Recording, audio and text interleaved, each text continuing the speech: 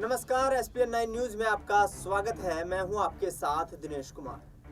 बिहार में 2024 के लोकसभा चुनाव से पहले सीट शेयरिंग को लेकर के तमाम एनडीए के गठबंधन दलों के बीच जबरदस्त गहमा गहमी का माहौल देखने को मिल रहा है। इस बीच आपको बता दें कि बीती शाम को एनडीए गठबंधन की तरफ से दिल्ली में एक मीटिंग की जाती है। उस मीटिंग में यह फैसला लिया जाता है कि भारतीय जनता पार्टी 17 सीटों पर बिहार में लोकसभा चुनाव लड़ेगी। सहयोगी दल और नीतीश कुमार की पार्टी जेडीयू को 16 सीटें देने का फैसला किया।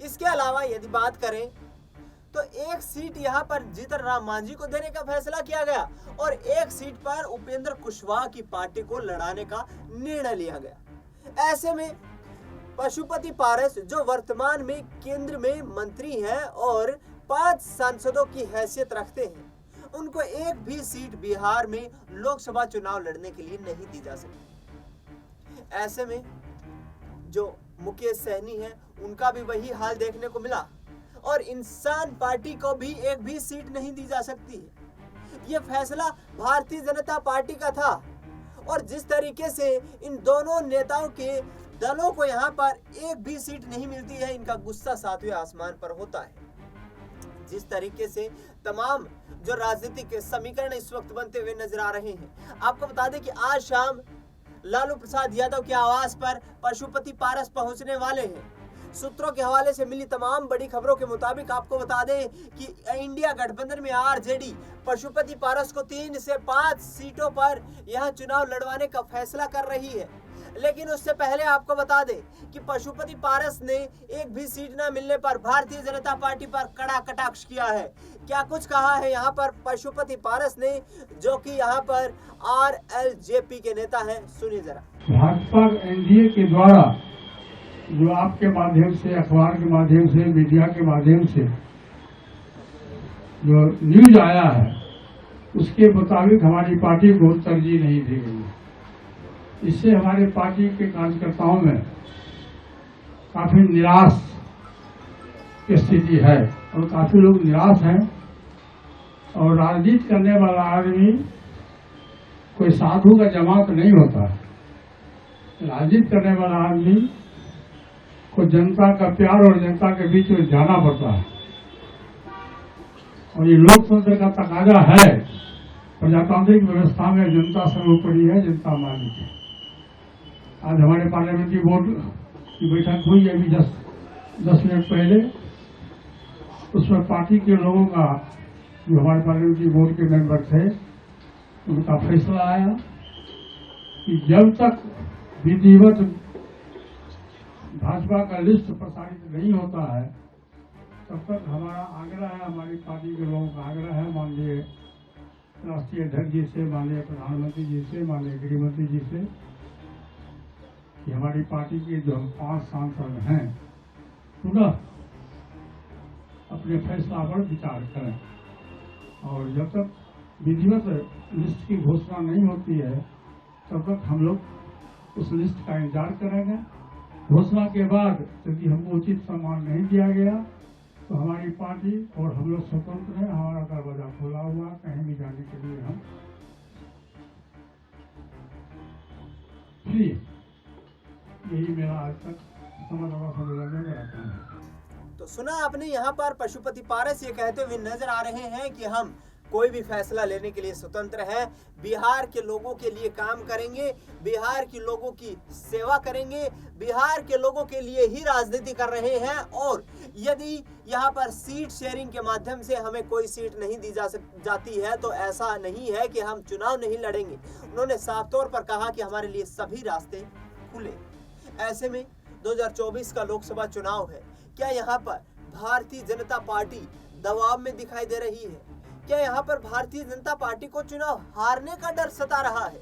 क्या यहाँ पर भारतीय जनता पार्टी सहयोगी दलों को जो साथ लेकर चलने का एक फॉर्मूला लेकर के आती है, यहाँ पर क्या गठबंधन धर्म निभाने में नाकाम साबित हो रही है? ये तमाम सवाल उठ जाते हैं इस बड़े फैसले के बाद। लेकिन आपको बता दें कि पशुपति पारस ने जिस वक्त संयुक्त अविभाजित लोजपा थी, उस वक्त जब रामविलास पासवान का निधन हो जाता है तो 5 सांसद उनके खेमे में आ जाते हैं। ऐसे में बड़ी पार्टी के यहाँ पर मालिक बन जाते हैं। दूसरी तरफ देखा जाए तो उनके भतीजे जमुई से सांसद चिराग पासवान को 5 सीटों पर यहाँ पर भारतीय जनता पार्टी चुनाव लड़ाने का फैसला करती है।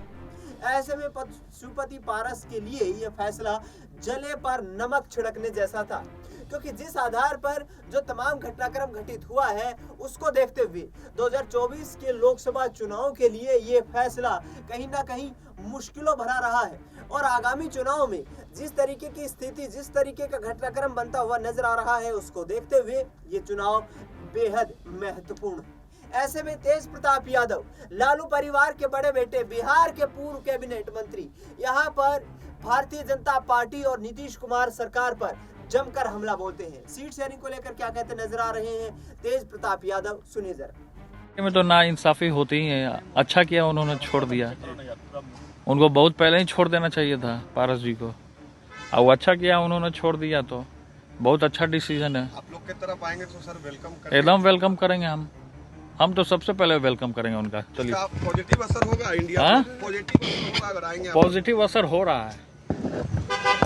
क्या तैयारी है सर 40 सीट क्योंकि पे? भाजपा खत्म है 25 में, मेरा भविष्यवाणी है 25 में भाजपा खत्म। ठीक है। तो सुना आपने, यहाँ पर तेज प्रताप यादव साफ तौर पर कहते नजर आ रहे हैं कि बीजेपी 2025 में बिहार विधानसभा चुनाव में बाहर हो जाएगी। दूसरी तरफ यहाँ देखा जाए तो भारतीय जनता पार्टी ने जिस तरीके से नीतीश कुमार को साथ लेकर के यहाँ पर गठबंधन में सरकार बनाने का फैसला किया है, उस वक्त एक बात भारतीय जनता पार्टी के बिहार इकाई के प्रदेश अध्यक्ष सम्राट चौधरी, जो वर्तमान में डिप्टी सीएम है, उन्होंने साफ कर दी थी कि 2025 में जब बिहार में विधानसभा के चुनाव होंगे तो उस वक्त हम एनडीए में जेडीयू का समर्थन तभी लेंगे जब मुख्यमंत्री हमारा बनाया जाएगा। यानी कि साफ तौर पर सीएम की कुर्सी के लिए लड़ाई लड़ते नजर आ रहे हैं यहाँ पर भाजपा के नेता। संजय जायसवाल की बात कर ली जाए, तमाम नेताओं को मनाने की बात करते नजर आते हैं। पिछले दिनों यहाँ पर उपेंद्र कुशवाहा कुछ नाराज नजर आ रहे थे, उनके आवाज पर पहुंचते हैं और उन्हें मनाने की कोशिश करते नजर आते हैं। यानी कि जीतन राम मांझी और उपेंद्र कुशवाहा भी एक सीट मिलने से संतुष्ट नजर नहीं आ रहे हैं। इस बीच जब ये फैसला हुआ और जब ये पता चला कि पशुपति पारस इंडिया गठबंधन में शामिल होने के लिए बड़ा फैसला ले सकते हैं, दिल्ली से डिप्टी सीएम यहाँ सम्राट चौधरी फौरन पटना पहुंचते हैं और पटना पहुंचने के बाद यहाँ पर मीडिया के तमाम जो सहयोगी हैं उनसे मुलाकात करते हैं, मुखातिब होते हैं और क्या कुछ कहते नजर आ रहे हैं, सुनिए जरा। सर एनडीए की सीट शेयरिंग हो गई है, लेकिन महागठबंधन की अभी तक नहीं हुई है सीट शेयरिंग।